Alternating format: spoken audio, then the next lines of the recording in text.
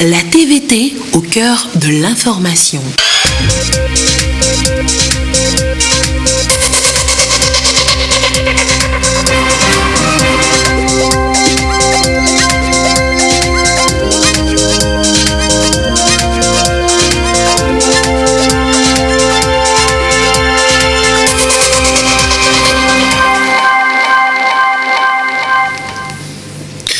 Mesdames, Messieurs, bonsoir. Bienvenue sur la télévision togolaise pour le journal du soir. Voici le sommaire. C'est effectif, la 3e édition de la foire Made in Togo vient d'être lancée par le ministère en charge de la promotion de la consommation locale. 11 jours d'exposition, près de 150 000 visiteurs avec plus de 140 exposants attendus. Valorisons et consommons les produits locaux. Appel lancé cette année pour cet événement qui se déroule au CTF à Lomé. Les précisions dans ce journal. Fini bientôt la création anarchique des établissements privés, laïcs et confessionnels au Togo. Les commissions centrales et régionales travaillent déjà sur le sujet à Lomé depuis ce matin. Elles annoncent une campagne dans les prochains jours pour assainir le secteur. Et puis la CENI donne le top départ pour la campagne électorale en vue des élections partielles des conseils municipaux dans les 5 communes restantes. La campagne s'ouvre ce 30 juillet à 0h. Le président de la CENI appelle à l'apaisement et à l'acceptation de l'autre pour une campagne réussie. Vous suivrez son message dans ce journal. Voilà pour les titres. Encore une fois, bonsoir et bienvenue dans le 20h. Le Made in Togo à l'honneur depuis vendredi au centre des expositions et foire de Lomé CTF. La 3e édition du site espace de valorisation des produits locaux vient d'être lancée officiellement ce lundi à l'initiative du ministère du Commerce, de l'Industrie, du Développement du secteur privé et de la promotion de la consommation locale. Valorisons et consommons les produits locaux, thème choisi pour cette édition avec plus de 140 exposants et près de 150 000 visiteurs attendus. Les précisions de Claude Salako et Edem Soussoukbo. Le savoir-faire et le génie créateur des Togolais exposés à la foire Made in Togo. Rien que des produits locaux dans les domaines de l'agriculture, d'art culinaire, du vestimentaire et d'ingénierie. Pour cette 3e édition de la foire Made in Togo, ils sont 143 exposants à occuper le pavillon mono sur une superficie totale de 1046 mètres carrés. Nous faisons des jus de fruits naturels. Nous en avons en 7 saveurs. Le fruit de la passion, l'orange, la mangue, le bissap, le gingembre, le baobab. Nos produits sont 100% naturels, ce qui veut dire quand on parle de naturel, il n'y a pas de conservateur, il n'y a pas d'arôme, pas d'additifs, pas de colorant. Nos produits sont commercialisés en France, mais avant que les produits ne puissent traverser la frontière, il faudrait que ça respecte les normes. Des produits du terroir bien appréciés par les visiteurs. La foire Made in Togo reste ouverte jusqu'au 5 août. J'ai remarqué qu'il y a de l'engouement, les jeunes sont impliqués, les jeunes sont décidés à faire développer ce pays à travers nos produits locaux. Et actuellement, je suis en train de prendre du thé avec la graine du quinqueliba. Vraiment, ça prouve que le jeune Togolais, le Togolais a du talent. Le Togolais a de potentialité. L'odeur, on n'a pas besoin d'aller loin. Ça donne en même temps l'arôme du vrai produit de quinqueliba qui a des vertus. Pour cette année, le Centre togolais des expositions et foires de Lomé a mis les petits plats dans les grands pour mieux accompagner les PME-PMI. Surtout leur permettre de pénétrer sans souci le marché extérieur. On s'est rendu compte nous-mêmes et que c'est tout un combat qu'il faut mener lorsque nous voulons promouvoir du Made in Togo. Nous nous sommes dit qu'il faut les accompagner. C'est pour ça que nous avons des conférences qui portent sur des thèmes sur la traçabilité du produit, sur la qualité du produit, l'emballage. Qu'est-ce qu'il faut emballer, comment il faut emballer, les normes, comment faudrait-il pour avoir les normes. Nous avons des structures qui sont là pour les informer à cela. L'ambassade des États-Unis au Togo soutient également l'initiative locale. Elle a parrainé plusieurs stands qui proposent des produits 100% togolais. En 2017, le Togo a organisé le forum AGOA, qui est le programme américain de commerce préférentiel pour la croissance et la perspective économique en Afrique. Nous avons profité de ce forum pour mettre en évidence les bénéficiaires de notre assistance à la foire Made in Togo. Je suis très heureux que nous soyons de retour et que nous ayons plusieurs stands dédiés aux produits de qualité fabriqués ici au Togo. Du bio à la foire Made in Togo. Pour le gouvernement, la valorisation des talents du terroir répond à l'Axe 2 du Plan national de développement PND qui met un accent particulier sur la croissance des pôles de transformation agricole, manufacturiers et d'industrie extractive. Et c'est à juste titre que cette foire se déroule autour du thème « Promotion de la consommation locale ». La foire Made in Togo, qui est à sa 3e édition, est pour moi l'occasion de me faire confirmer que par rapport à notre plan national de développement 2018-2022, et surtout en me positionnant sur l'axe 2, qu'il y a aujourd'hui matière à ce que les produits locaux soient valorisés, vraiment valorisés. Et nous pouvons le faire en lien avec le thème. Nous avons les hommes et les femmes qu'il faut, des intelligents, des ingénieux, c'est déjà bon. Il y a de l'accompagnement. La promotion de la consommation locale découle d'une stratégie. Et nous avons donc tout un plan et nous pensons d'ailleurs très prochainement organiser un atelier pour la promotion de la consommation locale. C'est une foire des opportunités d'échange, mais également de formation. Il s'agit d'accompagner les jeunes entrepreneurs et producteurs à relever les défis liés à la production, à la transformation, à la commercialisation et à la consommation des produits locaux. Et justement, sur le site du CETEF, vous allez découvrir jusqu'au 5 août prochain des produits 100% togolais et leurs producteurs, des jeunes entrepreneurs pour la plupart. Le gouvernement les accompagne avec plusieurs mécanismes et des facilités pour conquérir le marché national et régional avec les produits Made in Togo. Et Dem Soussoupon nous fait découvrir les produits bio exposés dans les stands. Suivez son reportage. Ils sont transformés par de jeunes Togolais pour être servis à la table. Du jus de gingembre, du thé au quinqueliba, du chocolat togolais. De plus en plus de Togolais s'investissent dans l'agroalimentaire et offrent des produits locaux tout aussi variés et diversifiés. Nous sommes venus pour exposer les produits à base de noni. Le noni, c'est un puissant antioxydant, c'est un fruit taritier, mais maintenant ça se produit aussi au Togo. Moi, je suis parti en Colombie faire la formation. À mon retour, j'ai installé une petite usine. Nous sommes à Zanguera, au sein de l'orphelinat. C'est pour l'orphelinat, je vais dire, c'est une œuvre de l'orphelinat. Et les bénéfices reviennent à l'orphelinat. Plusieurs jeunes, à partir des objets de récupération, créent, innovent et proposent des produits très appréciés. Nous avons notre marque Zamke, qui veut dire littéralement en EV, réutilise-moi. 3 Zamke, voilà. Donc, voyez, ce porte-document-là, il est fait à base de sachets d'eau Piota. Donc, nous, qu'est-ce qu'on fait? À la base, on envoie des bonnes femmes aller chercher des sachets d'eau qui traînent dans la rue. Et on leur rachète ça, après qu'elles les ont bien conditionnés.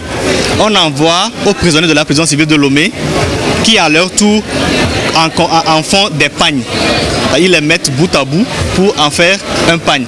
On va leur racheter ça et on amène, et nos couturiers, nos tapissiers fabriquent des objets avec. Là, c'est un porte-document. Vous avez ici un sac de course, il y a plusieurs formes. Là, vous avez des trousses, on a aussi des porte-monnaies. Ce sac-là, s'il pleut tout à l'heure et qu'une bonne dame est en train de faire ses courses, tous les articles qui seront dedans seront protégés. Voilà, nous faisons aussi des parapluies, des raglans, parce que c'est imperméable justement. Nous faisons des meubles en pneus, les palettes et les flux, les tonneaux. Les pneus se récupèrent. On les récupère, on a des points de récupération. Nous allons les collecter et nous faisons l'entretien qu'il faut. Mais après l'entretien, nous les recyclons, nous les transformons. Pots de fleurs, tables, chaises, fauteuils, canapés, des armoires même, mais exceptionnelles. Pas de formation en la matière. J'ai commencé par faire des ceintures à base de pneus. Et après, les gens m'ont demandé si j'arrivais à couper du pneu pour en faire des ceintures. Mais pourquoi ne pas rêver plus grand? Et là, j'ai fait une petite table que les gens ont appréciée. C'est de là j'ai lancé la production. Même actuellement, j'organise une formation en ça. Asmaïla Alidou, ancien élève du lycée technique de Sokolé, diplômé du CAP dans les années 90, a parcouru près de 300 km pour exposer des machines d'égrenage, fruit de sa création. Les machines que nous sommes en train de montrer, c'est nous-mêmes qui les concevons. Celle-ci, par exemple, il y a les machines pour dégrainer le maïs, il y a les machines aussi pour taper et vanner le soja et du riz directement. Il y a d'autres machines qu'on a pu amener ici, puisque la distance a fait qu'on ne pouvait pas amener toutes les machines. C'est à base de l'ambassade du programme Self-Help de l'ambassade d'Amérique que je suis arrivé jusqu'ici. On a déjà compris qu'il faut toujours protéger nos machines, mais on n'a pas encore eu la chance d'avoir qu'on n'a pas tellement le marché pour pouvoir avoir de l'argent et protéger à tout moment. Ça fait que nous sommes toujours sur place. Le défi sur le marché extérieur est réel. Les efforts au niveau du gouvernement pour accompagner et valoriser les produits locaux portent peu à peu leurs fruits. Le défi de la production locale aujourd'hui, c'est vrai que c'est l'aspect qualité.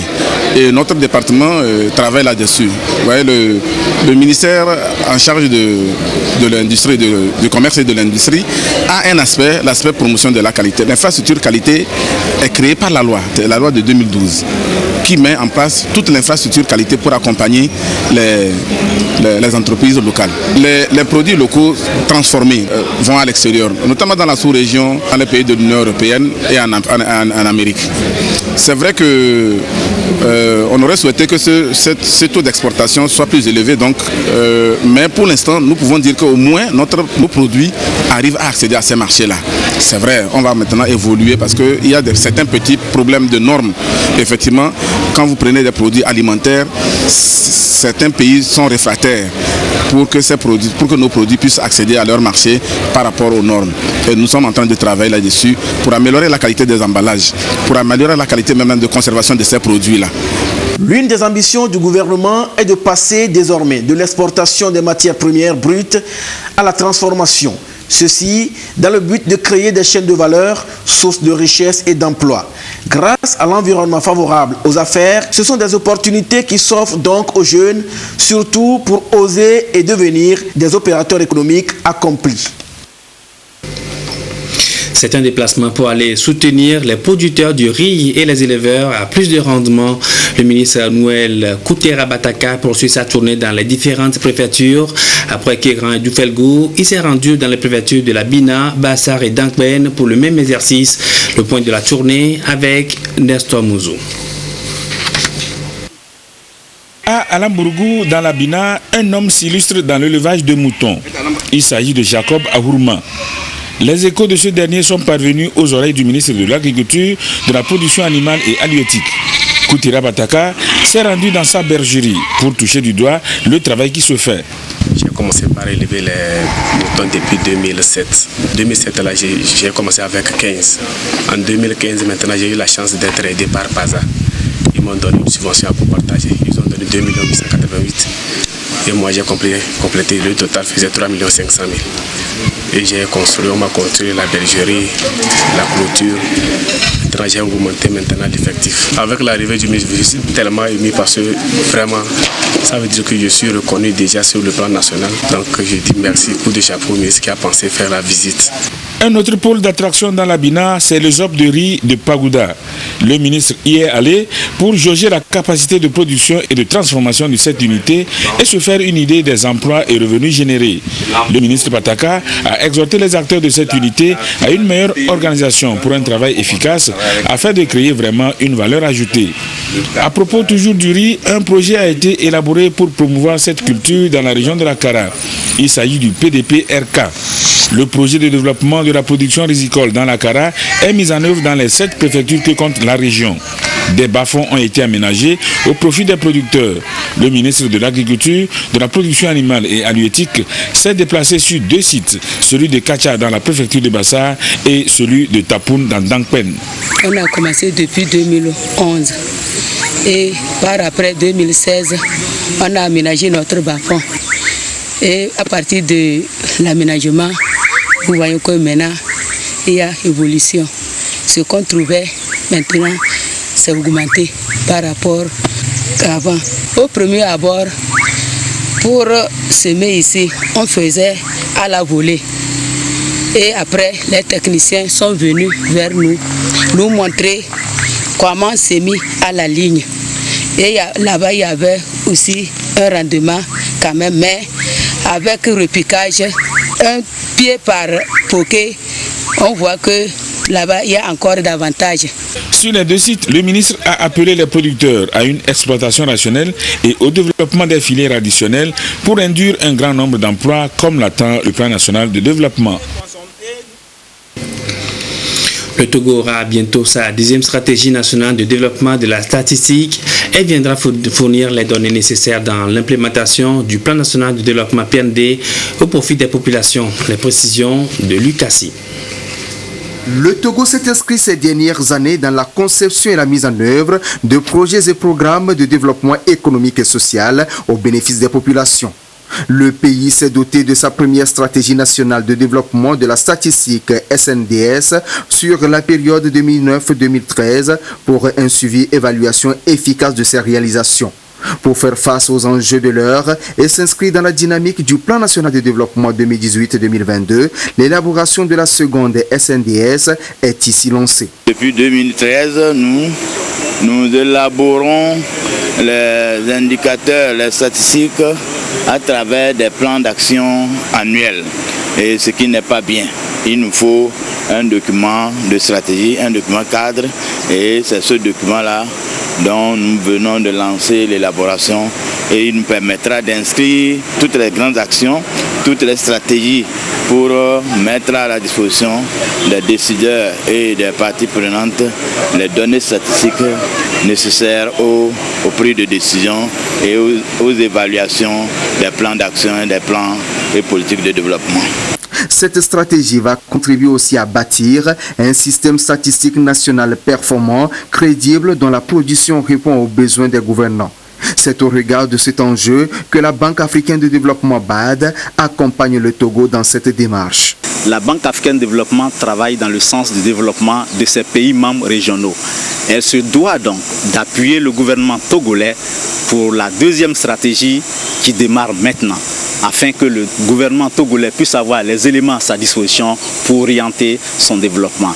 Et il arrive à point nommé dans la mesure où le plan national de développement 2018-2022 vient de commencer. Ce sera un élément essentiel de référence pour permettre au gouvernement d'avoir les éléments nécessaires pour sa stratégie. Cette rencontre aura le mérite d'adopter la feuille de route de l'élaboration de la SNDS 2. Les travaux seront dirigés par l'Institut national de la statistique et des études économiques et démographiques INSED sous la houlette du ministère de la Planification, du Développement et de la Coopération. Je l'annonçais en titre, la prolifération des établissements scolaires fictifs dans les secteurs de l'enseignement privé, laïque et confessionnel. Comment venir à bout de ce phénomène au Togo? Les commissions centrales et régionales des établissements privés, laïques et confessionnels se préoccupent du sujet et entendent assainir le secteur. Les membres font le bilan de leurs activités depuis ce matin à Lomé. Une campagne sera bientôt lancée pour dire non à la création des établissements fictifs. Ramdan Bassina. Les établissements privés, laïques et confessionnels participent à la promotion de l'enseignement au Togo. Mais nombre d'entre eux ne sont pas conformes aux normes et réglementations qui régissent leur création et fonctionnement. La mise en place de la commission centrale chargée d'agrément, de contrôle et de suivi des établissements vise à assainir le secteur. Pour lancer sa nouvelle campagne pour détecter ces établissements fictifs, un bilan s'impose afin de mieux planifier les prochaines descentes. Qui ne respectent pas. Ceux qui ne respectent pas, nous allons faire sortir et sensibiliser encore. S'ils ne respectent pas, on ferme les écoles. Parce que les autres ministères ont déjà entamé la fermeture. Le ministère de l'enseignement supérieur et le ministère de l'enseignement technique. Il ne reste que nous qui avons élaboré de bons textes où les autres sont venus s'inspirer de ça. Et nous sommes restés sans appliquer. C'est une entente qu'on veut mettre en place pour avoir les mêmes règlements dans toutes les régions. Le ministère des enseignements primaires et secondaires soutient la démarche. Elle permettra d'établir la carte des établissements scolaires au Togo et planifier les visites dans les établissements. Ces différents acteurs du système éducatif togolais s'engagent fermement à faire de l'enseignement un secteur porteur. Et on s'intéresse ce soir au processus d'obtention d'un agrément pour la création d'une école privée laïque et confessionnelle. Comment cela se passe? Eh bien, il y a des étapes à suivre pour être en conformité avec la réglementation en vigueur au Togo. Les explications de Ramdan Bassina. Recrutement d'enseignants non qualifiés, absence de contrat de travail, infrastructures hors normes de sécurité. Ce sont là quelques diagnostics des établissements scolaires privés laïques et confessionnels fictifs ne disposant pas d'agrément. Et pourtant, l'ouverture, la création et le fonctionnement d'établissements scolaires sont strictement encadrés et réglementés. Des gens ont pris l'initiative de créer des écoles. Même un menuisier, un maçon, n'importe qui crée. À la fin du mois, il se plante, il collecte les fonds. Le directeur d'école n'a plus les moyens de payer les enseignants qui sont là pour former. C'est pourquoi l'arrêté 261 de 2014 a dû arrêter tout ça là pour normaliser. L'arrêté 261 prévoit 4 types de création. Vous devez avoir d'abord une autorisation de création. Cela ne signifie pas que vous allez ouvrir les portes de l'établissement. Cela vous permet de mettre les infrastructures sur place. Vous avez 2 ans pour mettre ces infrastructures sur place. Si vous finissez avant les 2 ans, vous pouvez venir pour avoir une autorisation d'ouverture. Vous faites une demande. Et maintenant, quand vous faites la demande, vous avez une autorisation d'ouverture qui dure pendant 3 ans. Maintenant, les inspecteurs, les acteurs de l'éducation vont fréquenter ces établissements pour voir s'ils respectent le programme officiel. Est-ce que les résultats vont? Si on remarque que c'est bien durant les 3 ans, vous avez le droit de demander à avoir une autorisation de fonctionnement. Et là, vous allez faire 6 ans. Quand c'est correct, après les 6 ans, vous faites une demande de renouvellement. En plus de ces différents textes, les nouvelles dispositions obligent les promoteurs d'écoles de fournir les dossiers des enseignants. Et déjà, 5 ans après la création des différentes commissions chargées des agréments de contrôle et de suivi des établissements privés, laïques et confessionnels, le bilan reste encourageant. 2996 dossiers portant ouverture, création et fonctionnement d'établissements ont été signés. 4730 autorisations d'enseigner et 453 autorisations de diriger ont été validées sur la même période. Plusieurs établissements ont été fermés provisoirement pour raisons diverses et variées. Éducation encore, School Assure, l'assurance maladie pour les élèves au Togo. Quel bilan dressé après 2 ans de mise en œuvre? La coordination des ministères impliqués dans ce projet est sur le terrain pour faire le point des projets réalisés, les défis à relever et les approches de solutions. La délégation était dans la région des plateaux et des savanes. Le point avec Sivera Boudou et Désiré Aloye. La dynamique du gouvernement en matière de protection sociale, c'est de garantir une meilleure santé aux populations. C'est dans ce sens que le programme School Assure a été initié, une vision du chef de l'État pour assurer une meilleure couverture maladie aux élèves des établissements primaires et secondaires du secteur public. Plus de 900 000 bénéficiaires ont été touchés par ce programme en matière de prestations dans plus de 6 000 établissements. Des chiffres qui montrent que des avancées notables ont été enregistrées, mais beaucoup reste encore à faire pour accroître les performances en vue de la réussite de ce programme gouvernemental. À Tapamé, les acteurs impliqués échangent pour évaluer le niveau de réalisation du projet, relever les goulots d'étranglement pour faire des propositions destinées à améliorer le programme dans les plateaux. Nous avons essayé ensemble de trouver des mesures urgentes aux différents goulots d'étranglement. Nous avons pris des dispositions pour que, au niveau des districts, toute cette structures qu'on fait rentrent dans le jeu pour donner les soins aux bénéficiaires. Nous sommes en train de discuter sur une liste des médicaments qui va bientôt être diffusée aux formations sanitaires et aussi la liste des indicateurs de suivi. L'une des difficultés relevées est le taux de fréquentation qui aujourd'hui est relativement faible dans les formations sanitaires. Chacun s'engage donc à jouer sa partition pour relever le défi en vue d'accompagner de façon inclusive le projet pour sa réussite. Dès la première année scolaire, la fréquentation avait flambé. Et pour la deuxième année, dans beaucoup de districts, tout est bien parti.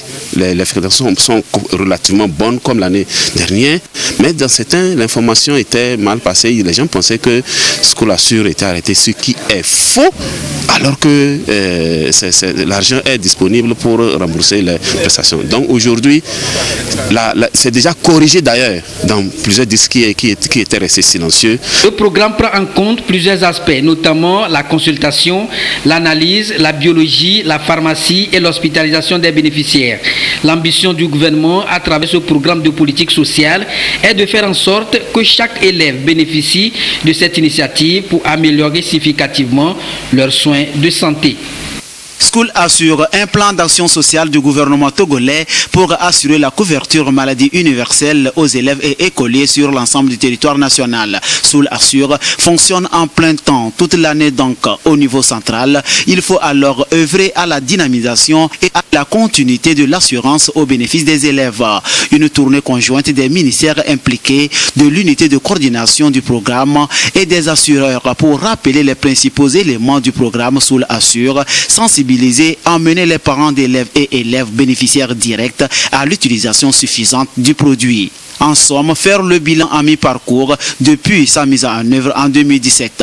La rencontre est à l'étape de la région centrale. Que ce soit dans les vacances, la nuit, les congés, les week-ends, les enfants continuent toujours à bénéficier donc de l'assurance Scolassure dès qu'ils tombent malades.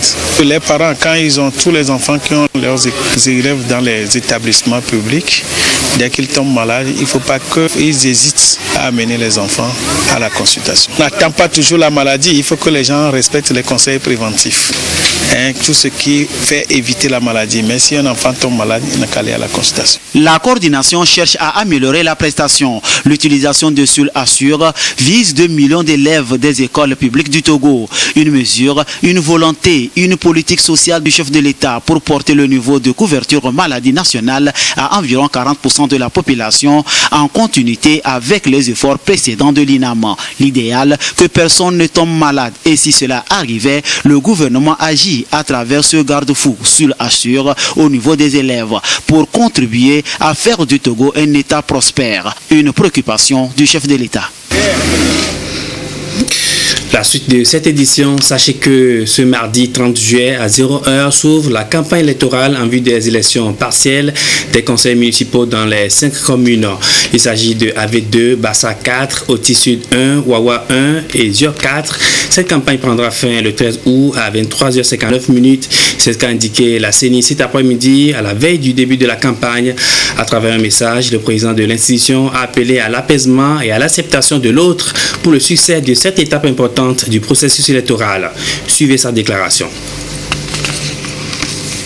Le 15 août 2019, les électeurs de 5 communes, à savoir AV2, Bassar 4, Oti Sud 1, Wawa 1 et Zio 4, iront aux urnes dans le cadre des élections partielles pour élire 63 conseillers municipaux issus de 24 listes. Ces élections partielles interviennent après le scrutin du 30 juin 2019. Elles résultent de la combinaison de 2 facteurs, le premier étant des raisons techniques et autres contraintes n'ayant pu permettre à la Commission électorale nationale indépendante d'organiser le scrutin dans 3 communes, AV2, Bassar 4 et Oti Sud 1. Et le second, l'annulation des élections dans les communes de Wawa 1 et de Zio 4 le 17 juillet 2019 par la Chambre administrative de la Cour suprême qui en a ordonné la reprise. Dans cette perspective, La CENI et ses démembrements sont plus que jamais mobilisés pour faire de ce nouveau rendez-vous électoral une parfaite réussite en vue de permettre à notre pays de poser véritablement et définitivement, avec les élections de l'ensemble des conseils municipaux pour les 117 communes, les jalons d'une gestion de proximité en conformité avec le sacro-saint principe de la libre administration des collectivités locales. À l'instar du scrutin du 30 juin 2019, les candidates et les candidats mèneront une opération de charme pour conquérir le suffrage des électeurs de leurs communes respectives concernés par ces élections partielles. Cette phase du processus électoral, prescrite par le Code électoral en ses articles 67 et 68, se déroulera conformément au décret en date du 24 juillet 2019 portant ouverture et clôture de la campagne électorale. Au terme de ce décret, la campagne électorale s'ouvre ce mardi 30 juillet 2019 à 0h et prend fin le 13 août 2019 à 23h59. À la veille de ce nouveau rendez-vous entre les candidats et les électeurs pour 15 jours, la CENI, par ma voix, tient solennellement à rappeler les exigences de tolérance, de respect mutuel, de courtoisie et de civisme que doivent strictement observer les compétiteurs.